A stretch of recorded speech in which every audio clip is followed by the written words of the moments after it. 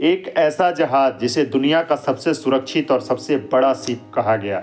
लोगों को यकीन था कि यह कभी नहीं डूब सकता, लेकिन अपनी पहली ही यात्रा में यह समुद्र की गहराइयों में हमेशा के लिए समा गया। नमस्ते दोस्तों, मैं अनुराग, आप देख रहे हैं एडू चक्र अनुराग जीएस। आज टाइटैनिक की पूरी कहानी को इस वीडियो में समझेंगे। कोशिश है कि वीडियो ज़्यादा लंबा ना हो। पूरी कहानी को समझने के लिए वीडियो के अंत तक बने रहें। आज हम जानेंगे टाइटैनिक कैसे बनी, इसकी पूरी कहानी क्या है और ये कैसे आइसबर्ग से टकराया, लोग कैसे लाइफ बोट्स में जान बचाकर भागे और कैसे एक जहाज कारपेथिया नाम का बचे हुए लोगों के लिए फरिश्ता बनकर आया। दोस्तों, टाइटैनिक की मैन्युफैक्चरिंग स्टोरी की यदि बात करें तो 1900 के आसपास समुद्री सफ़र तेज़ी से पॉपुलर हो रहा था। यूरोप से अमेरिका जाने के लिए बड़े बड़े शिप्स बन रहे थे। व्हाइट स्टार लाइन नाम की कंपनी ने फैसला किया कि वह दुनिया का सबसे बड़ा और लग्जरियस शिप बनाएगी। वो दौर था 1909 में बेलफास्ट आयरलैंड के हरलैंड एंड वोल्फ शिपयार्ड में टाइटैनिक का कंस्ट्रक्शन शुरू हुआ। इसको बनाने में लगभग 3 साल लगे और 15,000 से ज़्यादा वर्कर्स ने काम किया। हजारों टन स्टील का यूज हुआ। सन 1911 में शिप का मेन स्ट्रक्चर रेडी हो गया और 1912 तक इंटीरियर और लग्जरी फैसिलिटीज कंप्लीट की गई। दोस्तों, टाइटैनिक की लेंथ लगभग 269 मीटर की थी और हाइट की बात करें तो 17 तल्लब बिल्डिंग जितनी लंबी थी ये, और इसकी वेट की बात करें तो 46,000 टन से ज़्यादा। ये उस वक्त दुनिया का सबसे बड़ा पैसेंजर शिप था। दोस्तों, इस जहाज की लग्जरी की बात करें तो टाइटैनिक के अंदर की लग्जरी, टाइटैनिक सिर्फ एक शिप नहीं था, ये एक फ्लोटिंग लग्जरी होटल था। इसमें था grand staircase, swimming pool, gymnasium, library, restaurants, Turkish bath, royal cabins और फर्स्ट क्लास पैसेंजर्स के रूम्स किसी महल से कम नहीं थे। लेकिन इसी के साथ थर्ड क्लास पैसेंजर्स के लिए सिंपल रूम थे, क्योंकि उनमें ज़्यादातर गरीब लोग अमेरिका जाने के लिए तैयार थे और जॉब या फिर अपने नए जीवन की तलाश में जा रहे थे। दोस्तों, कहानी की ट्विस्ट आती है यहाँ से। टाइटैनिक की पहली यात्रा, इसकी पहली यात्रा 10 अप्रैल सन 1912 को स्टार्ट होती है। टाइटैनिक ने अपनी पहली यात्रा की शुरुआत की। इसके रूट की यदि साथियों बात करें तो इंग्लैंड के साउथहैम्पटन से फ्रांस, आयरलैंड और फिर न्यूयॉर्क यूएसए से पहुंचना था। जहाज में लगभग 2200 पैसेंजर्स और क्रू मेंबर्स सवार थे। सब एक्साइटेड थे, किसी को अंदाज़ा नहीं था कि यह सफ़र इतिहास बन जाएगा। उस वक्त पर जो थे एक बहुत ही अनुभवी कैप्टन को यह जहाज सौंपा गया था चलाने के लिए, जिनका नाम था कैप्टन एडवर्ड जॉन स्मिथ। इनके बारे में ऐसा कहा जाता था कि ये काफ़ी ज़्यादा एक्सपीरियंस्ड शिप कैप्टन थे और इसलिए इनको जो था टाइटैनिक चलाने का सौंपा गया था ये जिम्मेदारी।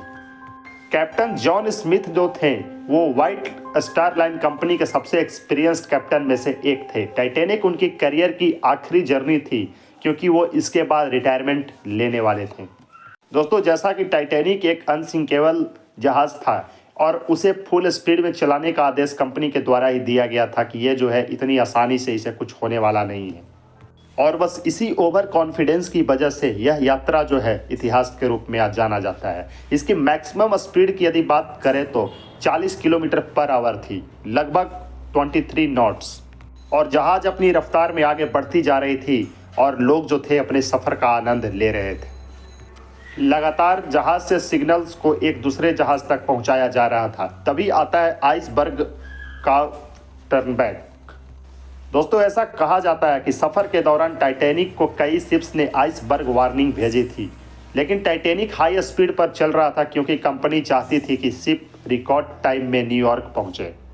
और फिर 14 अप्रैल 1912 की रात बहुत ठंडी और शांत थी। समुद्र बिल्कुल काम था, इसी वजह से आइसबर्ग को देखना मुश्किल हो गया। रात 11:40 पर लुकआउट ने आइसबर्ग देखा। शिप को मोड़ने की कोशिश हुई, लेकिन देर हो चुकी थी। आइसबर्ग ने शिप के साइड को चीर दिया। पानी शिप के कंपार्टमेंट्स में भरने लगा। वो करना काफ़ी ज़्यादा मुश्किल था, शिप को बैक करना या फिर मोड़ करके ले जाना, क्योंकि जहाज़ काफ़ी बड़ी थी और उतनी स्पीड में उतना जल्दी मोड़ना ये संभव नहीं था।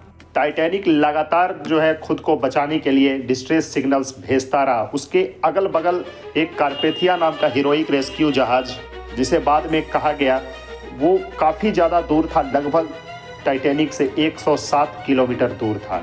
आरएमएस कार्पेथिया जो लगभग 107 किलोमीटर टाइटैनिक से वो दूर था। कार्पेथिया के कैप्टन ने तुरंत से डिस्ट्रेस सिग्नल को ट्रैक किया और अपनी जहाज की डायरेक्शन बदली और रात भर फुल स्पीड पर टाइटैनिक की तरफ बढ़ने लगे। सुबह तक कार्पेथिया ने 700 से ज़्यादा लोगों को बचाया, सर्वाइवर्स को न्यूयॉर्क पहुंचाया। कार्पेथिया के बिना शायद कोई नहीं बचता।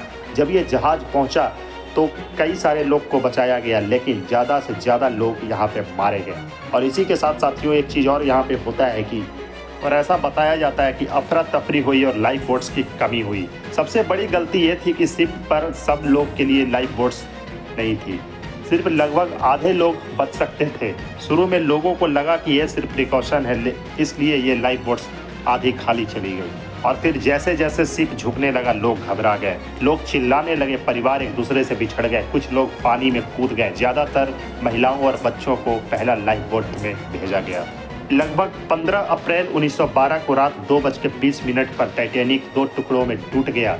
शिप धीरे धीरे समुद्र में समा गया। हजारों लोग बर्फ जैसा ठंडे पानी में गिर गए और पानी का टेम्परेचर इतना ठंडा था कि कुछ लोग ही मिनट्स में मर गए। लगभग 1500 लोगों की जान वहाँ पे चली गई।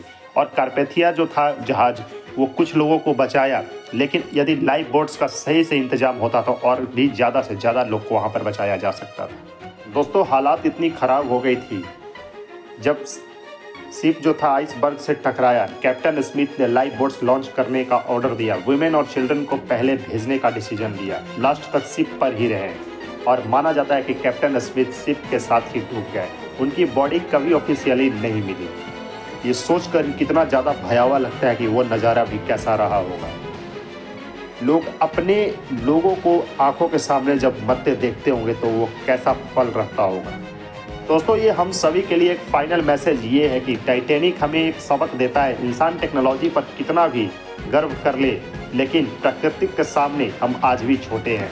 इसी के साथ साथियों अगर आपको टाइटैनिक की एक कहानी पसंद आई तो वीडियो को लाइक करें, शेयर करें और चैनल को सब्सक्राइब जरूर कर लें।